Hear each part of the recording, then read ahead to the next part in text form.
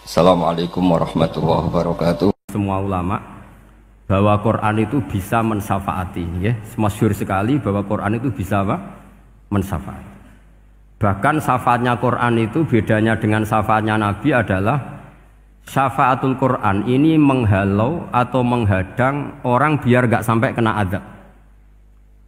Tapi kalau syafaatnya selain Quran itu yang sudah kena azab diambil dari azab itu. Nah, dalu niki kula kepengin matur teng jenengan sedanten karena niki lami sekali saya kaji bahwa malaikat, nggih malaikat sinten mawon itu juga kena konstitusi aturan fikih. Jadi kalau kita sebagai manusia wajib menghormati orang hafal Quran, nggak boleh nyadui wong hafal Quran, nggak boleh ngidoni wong hafal Quran, maka malaikat juga kena aturan yang sama. Karena dia, malaikat ini termasuk makhluk yang mukallaf, makhluk yang kena tatanan Allah Subhanahu wa taala. Sehingga Rasulullah SAW dawuh surat Tabarok disebut Al-Munjiyah, Al-Waqiyah, surat yang bisa menyelamatkan yang hafal dari siksa kubur. Pokoknya singkat cerita, ada orang itu fasik, mungkin ya layak disiksa. Pas sampai disiksa malaikat, surat Tabarok muncul menjelma sebagai seseorang. Kalau kamu menyiksa orang ini berarti nyiksa saya. Terus kata malaikat, anti min kalamillah, ya, rujuknya memang perempuan karena surah itu dari muannas karena ada taknya. Anti min kalamillah, kamu ini termasuk kalamullah. Wa ana akrahu musa'ataki, tentu aku gak berani menyiksa kamu. Ya, terus berdebat kata malaikat, ini orang nggak bener, ini orang fasik, saya harus mukuli dia. Kata surat Tabarok, sak fasik-fasiknya aku itu neng hati ini, kena nyiksa dekne nyiksa aku. Wahnya debat karena nggak ada mahkamah konstitusi. Terus walhasil terus malaikat bilang gini, ya sudah kita lapor kepada Allah Subhanahu wa taala. Lapor, akhirnya surat Tabarok ini cerita ke Allah, ya Allah, ini orang setiap kali datang ke saya dari sekian surat-surat yang ada di Quran, orang ini milih saya, yang dipelajari ya saya, yang dihafalkan juga saya. Ini kata surat Tabarok kepada Allah. Jika orang ini hafal saya tidak ngefek ke dia untuk tidak disiksa, maka mendingan saya tidak termasuk kitabika, saya tidak termasuk Quran saja. Wong jadi Quran orang iso nyafaati. Terus kata Allah, lho kowe kok emosi, kata Allah. Ya harus emosi dong Gusti. Masa sudah di Quran kok gak iso nyafaati sing ngapal. Terus kata Allah, wis pek aman.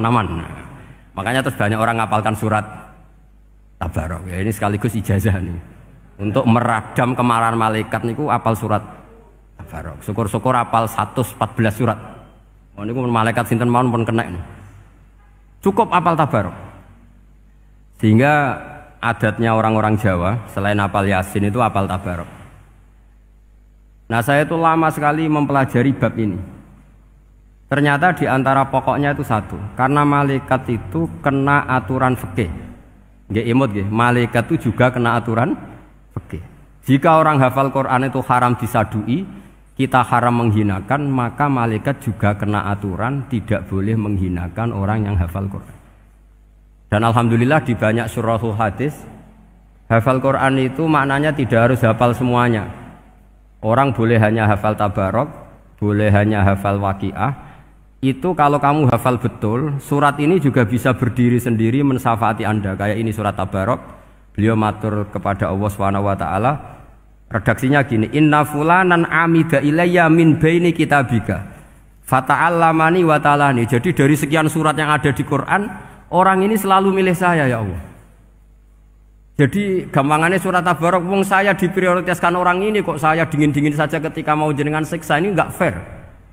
Apa gunanya saya sebagai kalamullah, sebagai kalamuka, ya Allah, kemudian enggak ngefek kepada orang ini.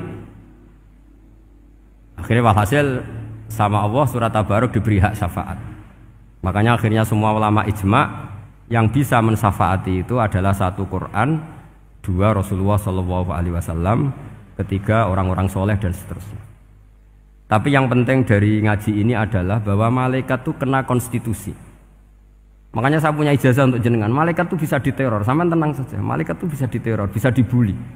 Masyhur itu di cerita Nurul Dzolam, karangannya Syekh Nawawi. Sayyidina Ali yang mbahnya Habib Ali ini, Sayyidina Ali bin Abi Thalib. Ya jadi Rasulullah kita tahu punya menantu yang top alim alamah namanya Sayyidina Ali. Sayyidina Ali ku yang menuso. Jadi dekne ku iseng kepengen roh Umar ku wedi. Mergo mangkel. Wong kok ning donya anggere wong tau disentak iku kepengen roh Umar disentak. Wong sak urip-uripe nyentak wong. Walhasil Sayyidina Ali ketika Umar wafat, beliau berdoa, ya Allah saya beri kasef supaya ngerti Umar sing mletene ngono anggere wong disentaki wani gak nyentak mungkar nakir. Mau itu tok tujuannya. Nah, karena Sayyidina Ali itu orang yang luar biasa, walhasil dituruti mbek pangeran kasef. Wasef melihat mungkar nakir datang itu matanya kalkidril ghali kayak apa panci yang menganga. Oh seru. Umar baru bangun dari kubur. Sayyidina Ali sebenarnya ingin melihat kalahnya Umar sebetulnya, niatnya itu ingin melihat kalahnya Umar. Ternyata Umar tersinggung, langsung berdiri. Hei malaikat, kamu itu harus punya akhlak. Kamu tahu saya siapa? Saya ini temannya kekasihnya Allah. Yang diandalkan temannya bukan dia. Jadi bolehlah neror malaikat itu boleh. Kamu tahu saya ini siapa? Saya ini temannya kekasihnya Tuhan, kekasihnya Allah. Ya ke sapa? Kancane Nabi Muhammad. Itu panik mungkar nakir. Panik terus matur Allah, ya Allah ini ada orang yang saya teror malah saya diteror. Siapa dia? Umar, temannya kekasihmu. Kata Allah, yo kowe iku yo sing di akhlak sithik mosok ambek kancane Nabi gitu. Semenjak itu terus sopan jawab mungkar nakir. Tapi Sayyidina Ali gagal ngelihat Umar kalah. Padahal cita-citanya kepengin Umar sekali-kali kalah. Jadi ada sekian cara untuk apa ya, kalau dibahasakan untuk meredam malaikat. Masyhur ada ulama alim alamah pekerjaannya mengajar tauhid. Ngajar tauhid lah, mungkin tauhid primbon sampai tauhid apa. Ketika meninggal sama malaikat masih ditanya marbuka manabiuka dan seterusnya. Imam Malik datang, "Hei malaikat, ini guru tauhid, saurip-uripe mulang tauhid. Kowe ora tau mulang kok takok sing tukang mulang. Sing sopan." Ya sudah enggak usah tanya. Jadi cerita seperti ini mungkin orang lain boleh nggak percaya, tapi itu mudawwan, dibukukan di beberapa kitab, dan saya percaya itu karena secara umum kaidahnya adalah ala inna auliya Allahi la khaufun alaihim wa lahum yahzan. Tetap lahumul busyra fil hayatid dunya fil akhirah. Artinya kalau wali itu ngalami ketakutan ketemu mungkar nakir, berarti dia tidak punya busyra fil akhirah. Padahal para wali ini dijamin punya busyra, mendapatkan gembira di dunia, juga mendapatkan gembira di akhirat.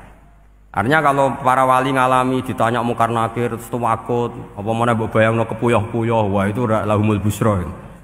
Jadi ini, makanya zaman nanti kalau ditanya mungkar nakir, marbuka, saya guru tauhid. Ngajar di Qudsiyah kelas 6. Wah, harus jelas.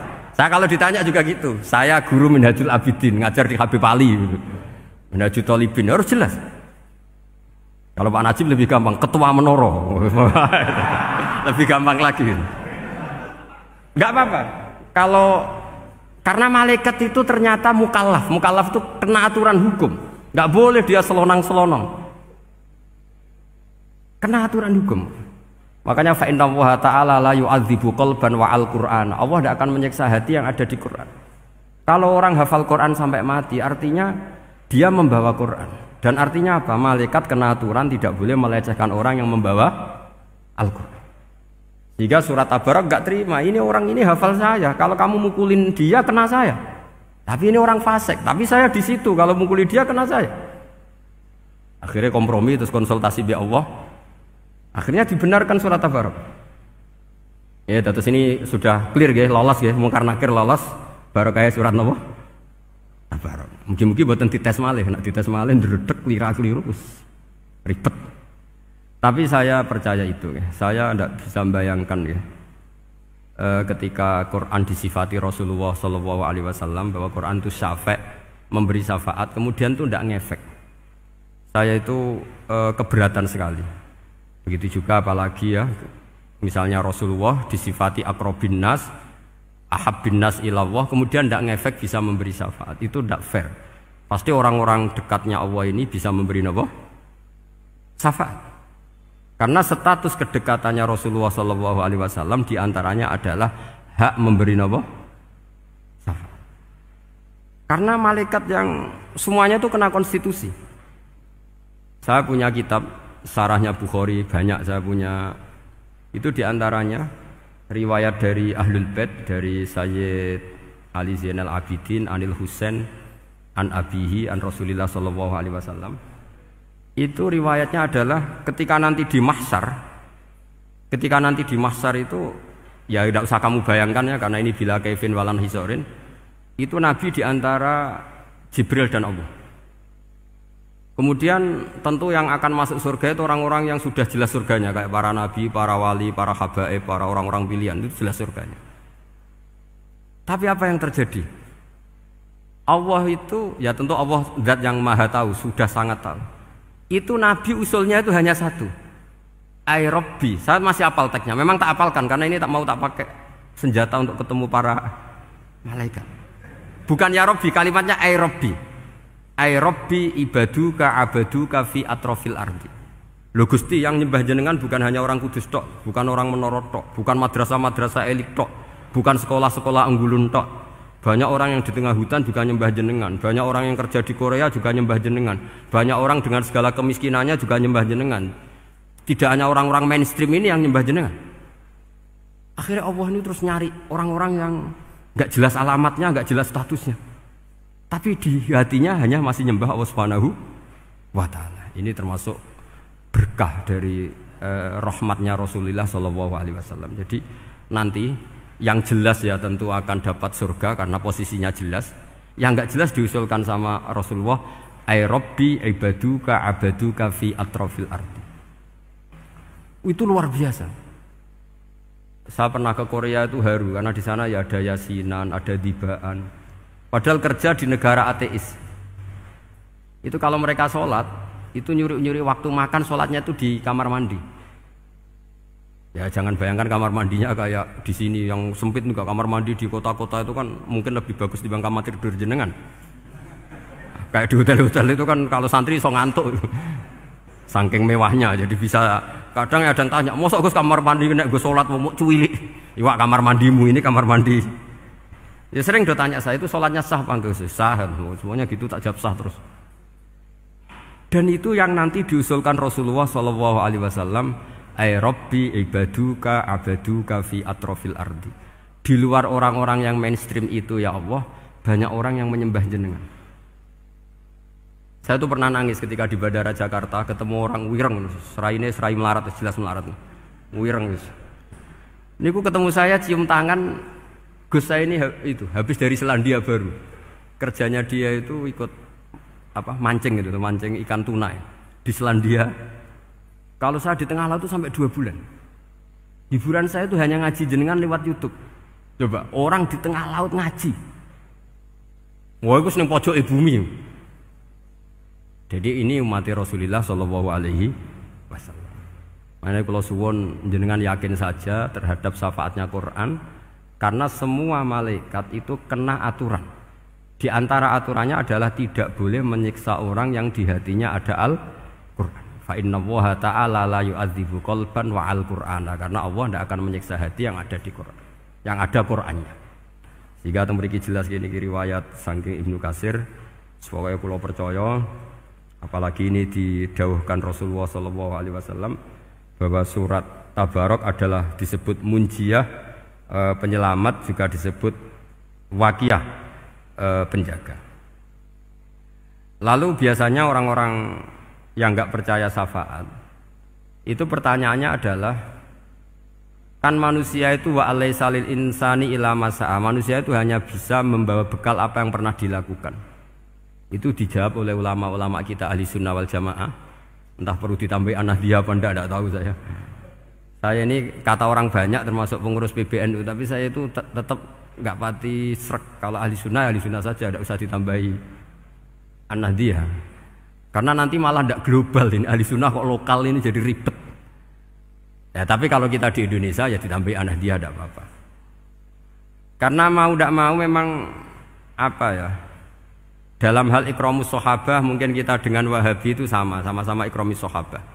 Tapi dalam hal percaya wasilah kita ini ada miripnya dengan Syiah karena Syiah percaya wasilah, NU percaya wasilah. Tapi dalam bab ikramu kulli sahabah beda kita dengan Syiah. Fa innas Siyin itu ada sahabat yang dihormati, ada yang enggak. Akhirnya terus kita karena itu terus bikin ahli sunnah An-Nahdiyah, karena Wahabi itu ya ahli sunnah tapi enggak percaya apa? Wasilah. Ya katanya gitu, kata para pakar-pakar. Saya sendiri hanya nirukan, saya enggak punya kepentingan untuk menganalisis itu enggak.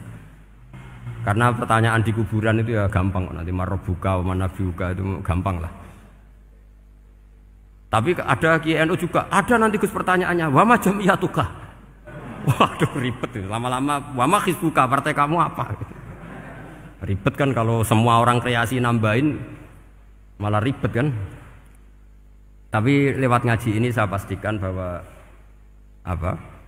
Surat Tabarok itu luar biasa. Terus saya teruskan. Wa qad rawat Tabrani wal Hafidz Ad-Diya al-Muqaddasi min tariqi Salam bin Sadruse qala Rasulullah sallallahu alaihi wasallam suratun fil Qur'ani khosomat an sahibiha hatta adkhalathul jannah. Jadi ada surat di Quran yang mati-matian membela yang hafal sampai surat itu memasukkan orang itu ke surga, yaitu tabarakalladzi biyadihil mulk. Ini yang An Ibnu Abbas yang qala daraba ba'du ashabin Nabi sallallahu alaihi wasallam khiba'u ala qabrin wa wala yahsibu annahu qabrun. Fa idzan qabru insanin yaqra'u suratal mulki hatta khatamaha. Fa atan Nabiyya sallallahu alaihi wasallam faqala hiyal mani'ah hiyal munjiyah tunjihi min adzabil qabri. Jadi ada sahabatnya Nabi karena kemalaman dia bikin tenda di kuburan. Dia enggak ngira kalau itu kuburan. Ternyata di situ ada orang Sohibul Qabri ini baca surat Tabarok. Baca surat Tabarok. Kemudian peristiwa itu dilaporkan ke Rasulullah. Jawabnya Nabi apa? Memang surat Tabarok itu al-mani'ah, yang bisa menghalau atau menolak azab. Terus hiyal munjiyah, memang surat Tabarok itu menyelamatkan tunjihi min adzabil qabri, akan menyelamatkan orang itu dari siksa kubur. Ikut ke sekolah. Wa qala Tabrani haddatsana Muhammad bin Hasan. Terus qala Rasulullah sallallahu alaihi wasallam lawadittu annaha fi qalbi kulli insani min ummati. Karena keramatnya surat Tabarok seperti itu, kata Nabi lawadittu pakai lam taukid. Yakti seneng ingsun annaha di surah yaitu Tabarok fi qalbi kulli insani min ummati. Karena keramatnya surat Tabarok seperti itu, saya suka kalau semua umat saya itu hafal itu. Nah, alhamdulillah barokahnya didikan para kiai, para guru, hampir semua kita ini hafal surat Tabarok. Daripada yang kampanye harus hafal Quran semua, ya sudahlah, ini al-maisur la yasqutubil ma'sur atau ma la yudraku kulluh la yudraku kulluh. Jadi saya itu punya santri orang Sulawesi. Itu dulu guru gitar. Santri di Jogja, dia dulu sekolah kesenian di Jogja terus jadi guru gitar. Saya ini kan kiai fikih. Saya mazhabnya sama dengan Pak Najib, termasuk ngaramkan gitar saya ini. Mau tak haramkan kok ora gelem ngaji malah ribet, tak halal ngomong gitar kok tak halal. Semeneng ae. Semeneng ae. Saya niru Mbah Mun, nek ono jawabane semeneng gak. Ya takok kadang, Gus, main gitar hukumnya piye? Kurang pegawean tak jawab. Halal tak haram, Gus? Kurang pegawean sejelas. Halal haram takok ribet. Tapi yang unik dari itu apa? Tiap tahun Beb itu datang ke saya setor surat Tabarok. Kadang ya setor 5 ayat, 20 ayat, sampai khatam. Naik pesawat dari Sulawesi. Gara-gara ngaji saya, sudahlah Gus, sementing aman. Jadi, aku ning donya wis main gitar, saya enakku, nak gak apal Tabarok bahaya. Gitu. Dia ngapalkan, apal betul. Sekarang kemarin setornya khatam. Ya hanya untuk ngelawan malaikat saja itu, untuk ngelawan malaikat itu. Saya kok tertarik gitu. Lah yang repot saya, Beb, saya kiainya ngajarkan itu tapi lupa ngajarkan haramnya yang gitu-gitu. Wah ya ribet ya, sudahlah nanti biar diurusi Allah Subhanahu wa taala. Sudah itu sudah. Karena jadi kiai itu repot. Saya pernah Beb tanggal 1 Syawal itu punya teman zaman di Sarang. Wonge wis wireng kriting soe wis wireng kriting. Jarang ke saya tanggal 1 Syawal kecuali pas itu. Ternyata datang tuh karena teman saya, semakan senior saya, mau ngijazah saya. Gus, kowe nak dadi kiai sing hati-hati. Aja geman dalil sing kira iso nglakoni. Ono apa? Dia itu datang ke saya berarti tanggal 2 ya, tanggal 2 sore. Dia itu pas Idul Fitri itu pidato Man shoma Ramadan wa atba'ahu sitan min Syawal fa ka'annama shoma dahra kullah. Itu orang lugu-lugu poso. Bareng tanggal loro-loro pas wandekne rokokan. Wong lugu-lugu, wah rugi bah aku poso jebule jenengan ra kena dinut. Jadi semuanya yang poso 6 hari itu ngikuti kiai itu. Ternyata pas disowani pas rokokan, rugi bah aku anut jenengan. Tak nut-nut poso jebule jenengan gak poso. Aku yang mending ngene, lha opo kowe dalil ngono barang ngono lha opo ora iso nglakoni. Makanya ini hati-hati para kiai, nek dalil sing ora iso nglakoni ora usah. Nak khutbah Id ora usah cerita poso 6 hari, kok malah diciri orang. Ya cerita wae wong nak berposo dosane di sepuro insyaallah, pokoke yang gampang-gampang saja. Nak dolan ning gone wong awan-awan dosa ganggu.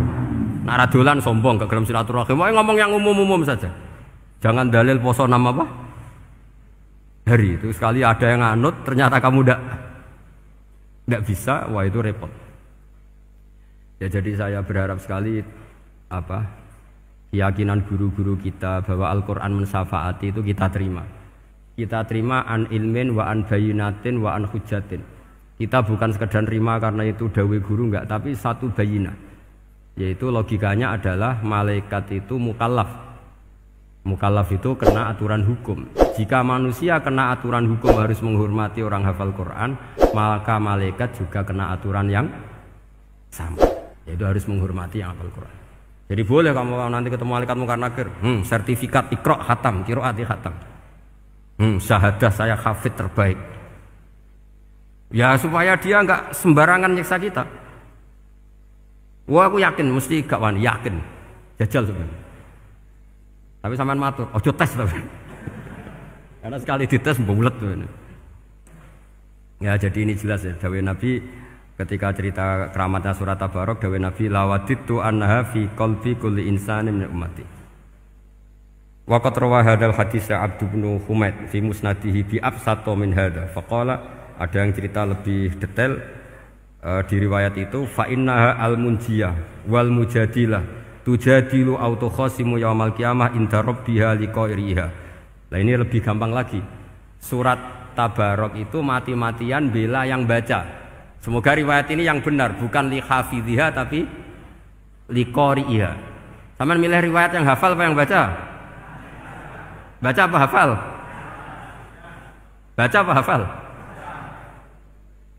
Korupsi kabeh. Jadi ada riwayat itu tujadilu autu khosimu yaumal qiyamah inda rabbiha liqari'iha. Bagi yang baca, tidak harus hafal. Wa tatlubulahu ayun jiyahu min adzabin nar wa yunjiya biha utawayan sahibaha min adzabil qabri. Jadi surat ini akan mati-matian bela yang membaca. Tadi kan riwayatnya hafal, jadi saya terjemah hafal terus. Akhir-akhir kok ada diskon cukup baca ya ini tak ganti karena ini demi jenengan tak cari riwayat paling gampang. Sebetulnya ini enggak etis, kayak ilmu pesanan. Ya, tapi ya sudah, memang ada riwayat apa? Liqariha. Akhirnya Nabi ya lagi-lagi menutup dawe lawaditu annaha fi qalbi kulli insani min ummati. Saya suka lawaditu itu pakai lam li taukid itu. Lawaditu annaha fi qalbi kulli insani min ummati. Tapi saya suka sekali kalau itu ada di hati semua umatku. Artinya gini, dari sekian riwayat sebetulnya itu kuat riwayat yang hafal. Karena Nabi selalu menutup dengan ngendikan saya suka kalau itu ada di hati, selalu ada di hati. Itu artinya hafal apa baca? Yo menengai sampe pucat kandhani kok angel teman. Hafal apa baca? Lawaditu annaha fi qalbi kulli insani min ummati. Itu hafal apa baca? Hafal. Ya berarti hafal. Ini yang hafal Tabarok berapa? Semua ya? Hafal semua? Aman berarti, no? Jadi kalau niku gak ada kitab banyak tentang usul fikih. Sebetulnya kepentingan saya itu bukan masalah usul fikihnya, tapi kepentingan bahwa konstitusi ilmu, saya ulang lagi apa? Konstitusi ilmu yang difahami ulama ummati Rasulullah sallallahu alaihi wasallam itu ternyata fa innahu ta'ala bahabihim al malaikah. Allah itu bangga sekali dengan para malaikat. Makanya kamu harus ngaji usul fikih, ngaji apa saja. Karena malaikat itu tidak bisa mikir kayak jenengan, yang bisa mikir itu jenengan. Sehingga ketika presentasi cara bahasa sekarang, termasuk keramatnya Imam Amudi, itu ada cerita ini ada di Nailul Ma'mul kalangannya Syekh Mahfud At-Turmusi. Imam Amudi itu ulama top, tapi dia ngajarnya itu matematika. Jadi ulama nggak ngajar tauhid, nggak ngajar tarikh, nggak ngajar pesolatan, tapi ngajar matematika. Akhirnya, tapi di hatinya ini, makanya ulama itu punya bisirri asrorihim al-fatihah itu ya di sini. Di hatinya itu menurut dia, ilmu paling efektif untuk menjelaskan logika tauhid itu ya matematika. Singkat cerita, ketika ketemu para malaikat, ngendikannya Allah, ya Amudi, kenapa kamu sering belajar matematika? Li tauhidika ya Rabbi, supaya saya mentauhidkan engkau. Ajari para malaikat. Jadi malaikat dipanggil semua sama Allah. Hei waya malaikat, hei para malaikatku, dengarkan kajian Imam Amudi. Dengarin semua. Dia nerangkan di bor hanya sedikit. Nisbatus naini wa arba'atin wa khamsin sampai terus ilal wahid, semuanya nisbatul far'i ilal asli. Wes aku gawe angka cek 1 juta cek 1 miliar, tetep awalnya iku siji. Mbok donya jumlahe cek alam galaksi cek planet wes santek, tetep asal usule siji. Kabeh iku pengembangan nisbatul far'i ilal asli. Liyane zat sing wahid iku kabeh far'un, cabang mintil kal wahdah. Malaikat manduk-manduk kabeh ya, kabeh iku kok Allah. Jadi angka sebanyak apapun itu ya nisbatul far'i ilal asli. Jadi 2 ya enggak asli, yang asli 1. 5 ya sama, 1 miliar ya sama, 1 triliun semua. Berapapun jumlahnya bilangan, semuanya adalah far'un minal wahid. Terus kata Allah, "Oh iki lho ulama aku pinter tenan nerangno tauhid." Nah, malaikat kan monoton. Pokoknya wiridan sudah gitu dok. Akhirnya padahal malaikat ini pernah nggak terima ketika ulama itu masuk surga duluan, karena kan wiridani lama malaikat. Tapi ternyata apa? Kata Allah, kowe wiridan terus wajar gak di nafsu. Manusa tak kei nafsu jek eling aku. Akal terbaiknya dipakai untuk saya, kata Allah, yaitu untuk litauhidi, untuk mentauhidkan saya. Itu imam siapa? Amudi. Jadi dia. Terus saya punya kitab, pernah ngaji sama Mbah Mun, namanya kitab Al-Husunul Hamidiyah. Itu ada ulama, itu ahli gambar. Gambar ya gambar. Kitabnya itu bergambar. Yo kadang gambar wet, kadang gambar wedhus, pokoknya kitabnya gambar. Tapi wong keramat. Dulu kitab gambar tapi hawane hawa tauhid. Nah, sampean kan enggak ngarang kitab primbon. Donga mahabbah. Lah ndekne dhewe Joko tuwa kok ngijazahi mahabbah. Lucu kan. Ana kiai fakir jal ijazah jal rezeki yo ngijazahi padahal ndekne dhewe. Oke, sing repot meneh. Wong ndekne dhewe ra cerdas ngijazahi ilmu laduni. Ribet. Wong ndekne dhewe ra cerdas ngijazahi ilmu napa? Ternyata di akhir kitab itu dijelaskan gini. Fa inna hadhihi suwara, semua gambar ini awaluha min nuqtah wahidah. Awalnya adalah dari 1 titik. Jadi famadarul wujud adalah an-nuqtah, 1 titik. Nuqtatul wujud yaitu Allah Subhanahu wa taala. Mbok kowe gambar seruwet apapun.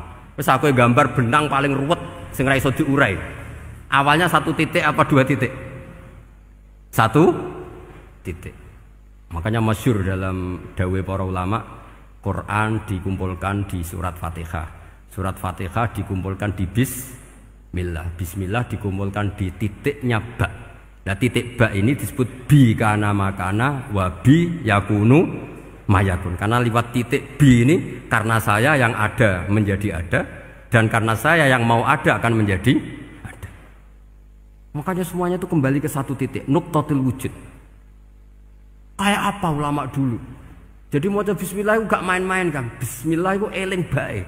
Ba ini nuqtatil wujud, bahwa kita benar-benar bertauhid. Mbok kayak apa buletnya gambar, mbok kayak apa ruwetnya, tetap dimulai dari 1 titik. Mbok kayak apa jumlah angka-angka itu, dimulai angka 1. Nah, Sampean saya harapkan nanti kalau ketemu Allah itu Allah bangga dengan sampean kon mulang tauhid ning malaikat. Orang ning TPQ kon mulang malaikat. Itu cita-cita terbesar saya, kepengen mulang malaikat. Mulang sampean wis bosen yakin wis aku pengen oh keren mulang. Ya, maksudnya aja malaikat kok Jibril, Mikail itu malaikat elit. Sing awam-awam ya sing mboten. Mboten kalau malaikat ini papan atas niku pun alim banget. Saya kenapa ngomong demikian? Saya ini punya tafsir namanya tafsir Al-Qurtubi. Itu Imam Qurtubi termasuk tak anggap mufassir hebat. Beliau ketika ngendikan wa idz qala rabbuka lil malaikati, sak terus walhasil malaikat itu terus protes ataj'alu fiha may yufsidu fiha wa yasfikud dima. Itu kan ada pertanyaan di tafsir itu. Bagaimana mungkin malaikat itu protes kepada Allah padahal malaikat itu terkenal loyal sama Allah, nggak pernah intervensi, nggak pernah gugat. Kenapa ini kok ada cerita malaikat kok gugat atas alu? Jadi Imam Qurtubi, hum awamul malaikah, itu awamnya malaikat, bukan yang kayak Jibril, Mikail. Itu malaikat-malaikat yang nggak ada namanya, awam. Jadi jangan bayangkan yang protes itu kayak malaikat Jibril. Jadi harus dibedakan. Nah, saya ya tentu kalau ngajar malaikat ya milih yang ini, yang nggak jelas namanya ini sudah. Kalau Jibril ya nggak mungkin diulang tuh, sing nggawa wahyu. Apa alam Quran itu sepiro? Aku sing nggawa Quran ribet kan malah. Lah nek Israil mbok ulang tersinggung dipletet lah tuntas malah ribet. Mikael mbok ulang tersinggung kira di donasi bagian duit dan bagian rezeki. Ribet. Wis mulang malaikat sing awam. Saya itu termasuk hilang iskal saya, janggal saya karena tafsir Qurtubi. Dulu saya itu iskal. Mau malaikat kok ngevaluasi kebijakan Allah itu artinya kan gini. Ya Allah, engkau mengangkat Adam sebagai khalifah. Padahal potensi Adam itu adalah ifsad. Ya, ataj'alu fiha may yufsidu fiha wa yasfikud dima. Kata malaikat, wa nahnu nusabbihu bihamdika nuqaddisu lak. Itu kan paradok, kalimat yang paradok. Paradoknya begini, ya Allah tolong evaluasi engkau ngangkat Adam sebagai khalifah. Potensi Adam adalah merusak bumi. Wa nahnu nusabbihu bihamdik, kita ini selalu mensucikan engkau. Loh, itu kan paradok. Kalau mereka mensucikan Allah, artinya mensucikan juga min ihtimalil khata'. Mensucikan bahwa Allah itu tidak mungkin salah. Lah ini bilang mensucikan kok. Saya mensucikan engkau Gusti, tapi kok dalam hal ini kok kayak jenengan itu salah gitu. Wong karwan Adam kok mbok angkat. Makanya Allah duka. Wong kowe ku jare maca tasbih kok ngevaluasi. Ya kan maknanya mentasbihkan Allah apa? Mensucikan dari semua kesalahan, kekurangan. Nah, ini bilang baca tasbih kok nganggep Allah itu perlu dievaluasi kebijakannya. Tolong pikir ulang Gusti. Mungkin jenengan kurang detail kan kayak gitu. Akhirnya Allah tersinggung. Masyhur itu di tafsir-tafsir. Meskipun tafsir itu sebagian Israiliyat, yang keterusan itu rodok Israiliyat, tapi cara kula rodok setuju, Israiliyat sing rodok-rodok gitu. Itu kan masyhur itu akhirnya. Lah apa alasannya Adam kok salah? Bani Adam tentu akhirnya Adam ini kemudian terganti ke Bani Adam. Dan itu jadi perdebatan ahli tafsir. Apakah domir itu harus kembali ke asal? Apa boleh ke pengembangannya? Misalnya Adam itu kan di situ disebut ataj'alu fiha may yufsidu fiha wa yasfikud dima. Padahal Adam yang nabi ini enggak pernah yusfikud dima. Enggak pernah yufsid fil ardi, juga enggak pernah wa yasfikud dima. Ya, saya ulang lagi, Adam yang nabi itu kan enggak pernah ngalami ataj'alu fiha may yufsidu fiha wa yasfikud dima. Berarti Adam ini nanti yang nakal, yang sampai senang pertemuan darah itu Adamnya apa anaknya? Anaknya kan? Itu jadi perdebatan ahli tafsir. Walhasil singkat cerita, malaikat ini tidak salah. Nyatanya kita tahu kan perang di Irak, di Syria, perang zaman Belanda, Bani Adam itu senang safkud dima. Tapi ternyata malaikat ini ditegur sama Allah. Yusbiya manusia itu salah itu dia nafsu. Kue bener mergo ora takei nafsu. Masyhur terus dicerita Israiliyat itu ada malaikat, dia jajal Gusti. Jajal tenan dikei nafsu, medun ketemu wong adus langsung merkosa. Gawe anan sih, ora kenalan sih. Terus dari Allah, wah lumayan menusa ana mukadimah iku awur-awuran ae. Walhasil terus malaikat ape terbang enggak bisa.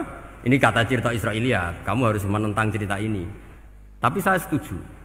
Singkat cerita, pertanyaannya adalah, mungkinkah malaikat melakukan kesalahan?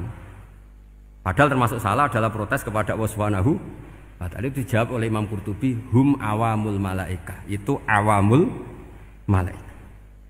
Jadi kita harus membedakan malaikat yang papan atas, yang ashos. Kalau dalam tafsir modern disebut malaikat sing ashos, kayak Jibril, Mikail. Ada malaikat awam. Nah, yang awam ini